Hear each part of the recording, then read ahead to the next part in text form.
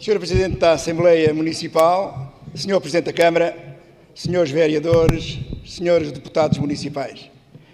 Em primeiro lugar, desejo a todos os membros, os presentes da Assembleia, da Câmara e também ao público aqui presente e funcionários, um belíssimo ano de 2014, que ele satisfaça todos os sonhos de cada um de vós e das vossas famílias.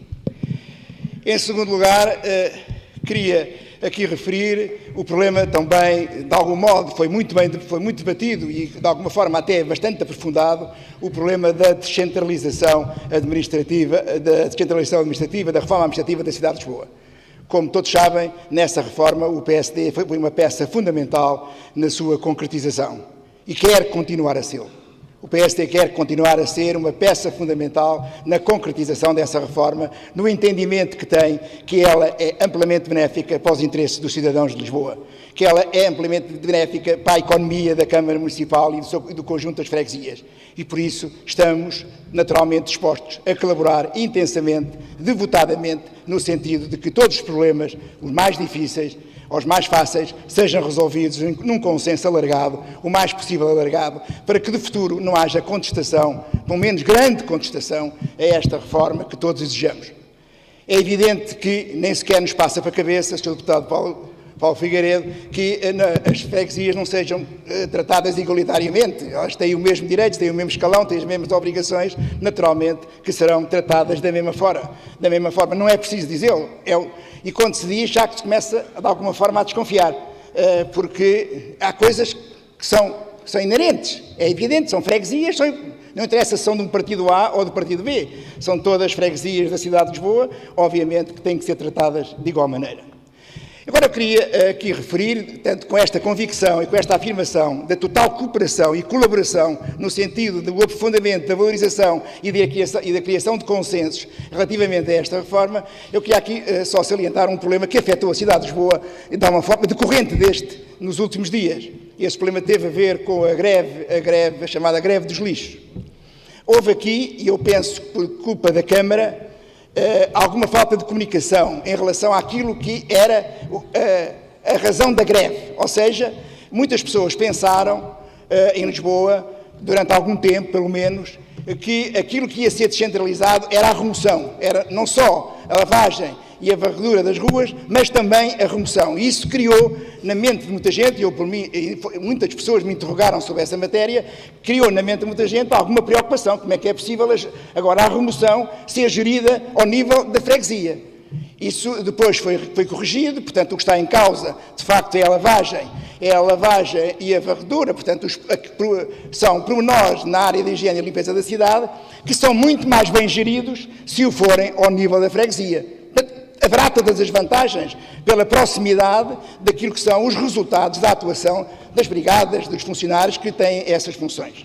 Mas há um problema que subsiste, uma dúvida, pelo menos a mim me subsiste, e que ontem me foi referida por alguns colegas deputados municipais, que é que, em alguns casos, os funcionários transferidos para as juntas de freguesia podem vir a ser prejudicados nas suas remunerações. Não só nas remunerações efetivas, como nas extraordinárias, género, aquilo que estão habituados a receber enquanto funcionários atuais da Câmara Municipal. Eu, sinceramente, gostava que isso fosse devidamente esclarecido e definitivamente esclarecido, para que não haja dúvidas e que esta dúvida não subsista na mente das pessoas. Porque se, de facto, alguns que, de alguma forma, de alguma maneira, possam ser prejudicados, eu penso que terá que se encontrar uma forma de corrigir. Era isso que eu queria que o Sr. Presidente, ou alguém por ele, me pudesse esclarecer e, naturalmente, esclarecer às pessoas que têm esta dúvida. O outro assunto que eu queria aqui focar prende-se com aquilo que já aqui foi levantado e que também faz parte da comunicação escrita, de alguma forma, que é a Colina de Santana. A Colina de Santana começou a ser referida e falada, e muito falada, a partir do momento em que se falou na desafetação, no fecho dos hospitais, nomeadamente São José, Miguel Bombarda, Santa Marta, Desterro, etc., e da criação do mega-hospital Hospital de Todos os Santos, na Zona Oriental. A partir daí começou esta controvérsia, muitos contra a saída dos hospitais da Zona Central de Lisboa, por as mais variadas razões, outros contra a concentração num mega hospital de todas as valências, porque isso prejudicava a prestação dos serviços médicos, outros dizendo que assim é que se beneficiava a prestação de serviços médicos. Não entrarei nessa discussão, porque é, no fundo, uma discussão acabada, porque alguns já foram desativados, outros, naturalmente, vão ser, e o problema em si já não tem discussão, e é um problema que corre a sociedade portuguesa e corre a política portuguesa desde alguns governos até agora. A colina de Santana é uma colina muito especial, é uma zona muito especial da cidade de Lisboa. É uma espécie de península que fica entre duas antigas linhas de água, que agora são a Avenida da Liberdade e é a Avenida Almirante Reis e a Rua da Palma, que vinham desaguar no Rossio, Praça da Figueira, Rossio, Martim Muniz, e entravam no espaço largo do Tejo. Eu gostaria de um copo de água, pedi há bocado, não é? É este? Ah, desculpa, eu jogava que era o Sr. Presidente. Peço desculpa. Peço desculpa. Obrigado. Eu não queria saber os seus segredos, era só por causa dos segredos, não é mais nada. O único meu problema é que se eu ficasse a conhecer os segredos do Sr. Presidente, o que é que não seria de mim? Ficava com montes de problemas que eu não quero ter de maneira nenhuma. Portanto, essa colina com essas características foi sendo povoada por alguns mosteiros e algumas casas senhoriais ao longo dos séculos, porque tem, de facto, uma localização privilegiada em relação quer aos vales, que eu já falei, o Vale da Avenida e o Vale da Almirante Reis, quer em relação ao próprio Rio Tejo. E não foi abrangida pela reforma do Marquês de Pombal, quando, a seguir ao terremoto, na medida que se considerava que essa colina era, de alguma forma, descentralizada da cidade, não fazia parte da cidade, era uma espécie de arredores na altura.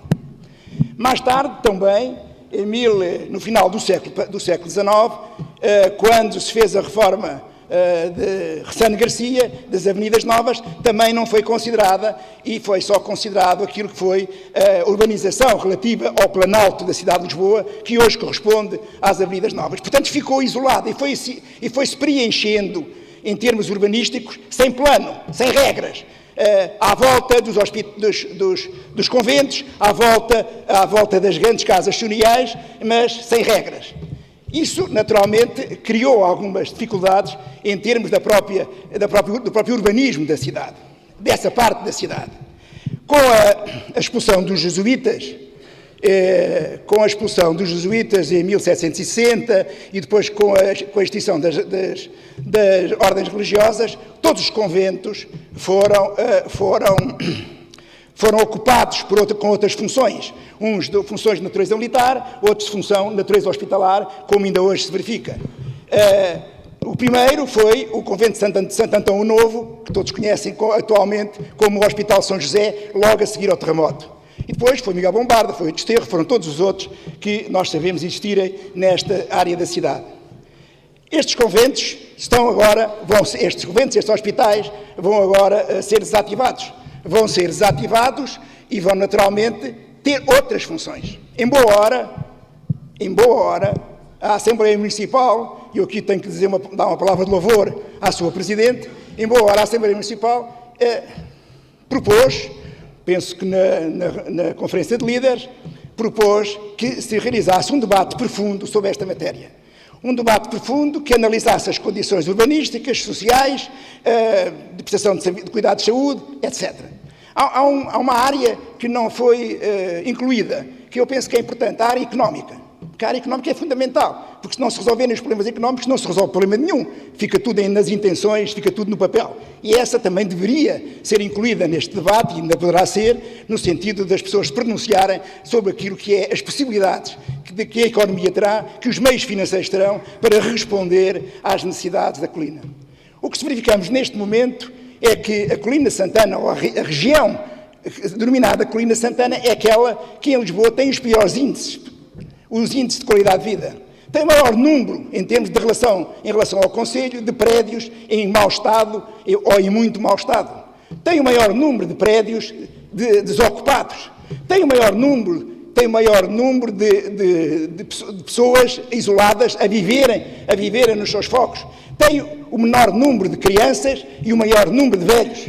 Portanto, não tem, e todos quem conhece esta zona, não tem serviços de proximidade, não tem espaços desportivos. O único espaço desportivo relevante que tem é a Academia Militar, que naturalmente tem as contingências de utilização que uma Academia Militar terá que ter. E tem, talvez, como clube, de alguma importância, tem o Lisboa Ginásio Clube.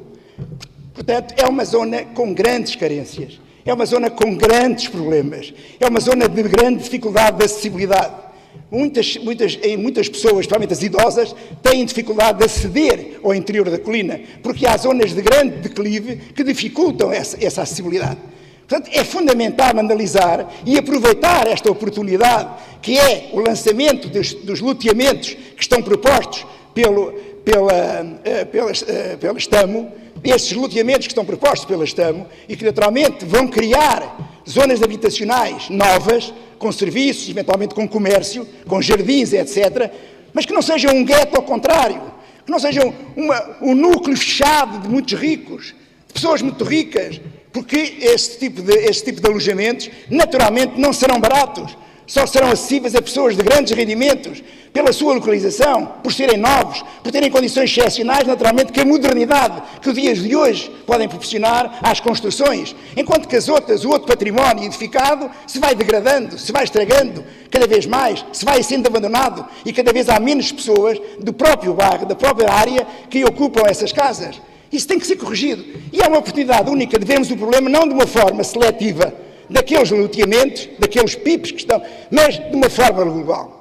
Para isso era fundamental, Sr. Presidente e Srs. Vereadores, que imediatamente os PIPs fossem suspensos. A análise desses PIPs fossem suspensos. Era fundamental, Sr. Presidente, Srs. Vereadores, Sr. Presidente da Assembleia Municipal, que se criasse um grupo de trabalho, um gabinete, uma estrutura ágil, capaz de atuar rapidamente, que tivesse capacidade de dialogar com a Câmara, com a STAM, com a Administração Central, com a banca, no sentido de ir resolvendo estes problemas que têm a ver com a recuperação urbanística daquela zona. Não dos lotes novos, dos loteamentos, mas sim da zona que está degradada, da zona que não tem qualidade de vida, que não tem condições de vivência. Essa é que necessita, evidentemente, de ser corrigida para que a cidade melhore. E esse grupo de trabalho teria que imediatamente ser criada uma área crítica de reabilitação urbana, de forma a que pudesse agir de forma eficaz sobre todos os atores que funcionarão, desde o proprietário das casas, até aos moradores, até às freguesias, a todos, até às instituições, que de alguma forma pudessem ajudar a resolver esse problema. Esse grupo de trabalho proporia à Câmara, à Assembleia, a constituição de 3 unidades de execução. Eu proponho, poderão ser mais, poderão ser menos, proponho 3. E quais seriam essas unidades de execução? Que território abrangeriam essas unidades de execução? Uma podia coincidir com o plano de urbanização da Avenida da Liberdade e zona envolvente, o chamado POASLE, que já tem regras próprias, além estabelecidas, e portanto era fácil aí atuar com alguma celeridade. A outra podia ir desde o Martim Muniz até ao Campo Santana, e a outra, que seria, portanto, a primeira seria a unidade ocidental, a segunda seria a unidade sul, e a terceira, que iria aí até à Praça José Fontana, seria a unidade norte. Estabeleceríamos, e estas unidades de execução obrigatoriamente teriam que ser aprovadas na Câmara e na Assembleia Municipal. Seriam discutidas, e ainda agora o deputado Paulo Figueiredo referiu e bem, que esta Assembleia e o partido maioritário que a sustenta está na total disponibilidade de abrir a discussão sobre os problemas fundamentais da cidade a todas as forças políticas. Aí está um bom exemplo de nós aqui discutirmos de uma forma eficaz todos estes problemas, e este problema de cidade é um problema muito grave que temos agora uma oportunidade única de resolver. Pois, portanto, esta seria uma proposta concreta a levar à Câmara para um verdadeiro programa de regeneração da cidade de Lisboa e, neste caso, da Colina de Santana. E era uma forma, Sra. Presidente, de resolvermos um grande problema. e era uma forma também de louvar a Sra. Presidente se eventualmente isto tivesse êxito. E eu espero que tenha. O Partido Social Democrata está disponível para apresentar uma proposta concreta, em conjunto com os outros partidos, em conjunto com o Sr. Presidente da Assembleia, em conjunto com todos aqueles de boa vontade que queiram resolver este problema, para que a cidade melhore, para que se faça a cidade nesta oportunidade única que agora teremos. Muito obrigado, Sr. Presidente. Muito obrigado, Sr. Deputado. Eu queria só lembrar o